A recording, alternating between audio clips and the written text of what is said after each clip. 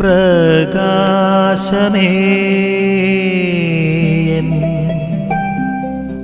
മിഴി തുറക്കുക വേഗം.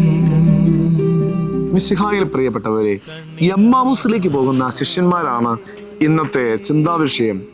ജീവിതത്തിൽ എല്ലാ പ്രതീക്ഷകളും നഷ്ടപ്പെട്ട ശിഷ്യന്മാർ തങ്ങൾ ഇത്രയും സ്നേഹത്തോടെ കണ്ട ഗുരു, ആ ഗുരുവിൻ്റെ മരണം, ആ മരണം മൊത്തത്തിൽ ഹൃദയവധ ഉണ്ടാക്കപ്പെട്ട് ആകപ്പാട് തകർന്ന് നിരാശരായി കടന്നു പോകുന്ന ശിഷ്യന്മാരെയാണ് നമ്മൾ ഇന്ന് വചനത്തിൽ കണ്ടുമുട്ടുക. വഴിയാത്രയിൽ ഒരു അപരിചിതൻ അവരുടെ കൂടെ നടക്കുമ്പോൾ അത് ഉദ്ധാനം ചെയ്ത മിശിഹായാണെന്ന് തിരിച്ചറിയാൻ അവർക്ക് സാധിക്കുന്നില്ല. പക്ഷേ യാത്രയുടെ അന്ത്യത്തിൽ അപ്പമെടുത്ത് മുറിച്ചപ്പോൾ അവരുടെ ഹൃദയങ്ങൾ ജ്വലിച്ചു, അവരുടെ കണ്ണുകൾ തുറക്കപ്പെട്ടു.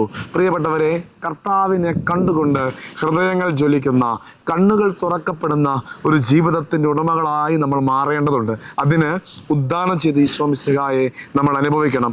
ഉദ്യതനെ അനുഭവിക്കാതെ ഒരു വ്യക്തിയിലും ഹൃദയത്തിൻ്റെ ജ്വലനമോ കണ്ണിന് തുറവയോ ഉണ്ടാവുകയില്ല. എന്ന് പറഞ്ഞാൽ ആത്മീയമായ ഒരു ഉണർവുണ്ടാവുകയില്ല. ഉദ്ധാനം ചെയ്ത മിശിഹായിൽ പൂർണ്ണമായി വിശ്വസിച്ചുകൊണ്ട് അവനെ ഏറ്റുപറഞ്ഞുകൊണ്ട് ആത്മാവിൻ്റെ തുറവയ്ക്ക് വേണ്ടി നമുക്ക് പ്രാർത്ഥിക്കാം.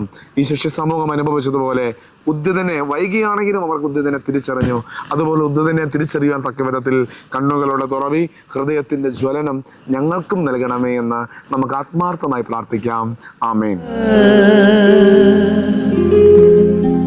നിൻ വഴിയേ നടക്ക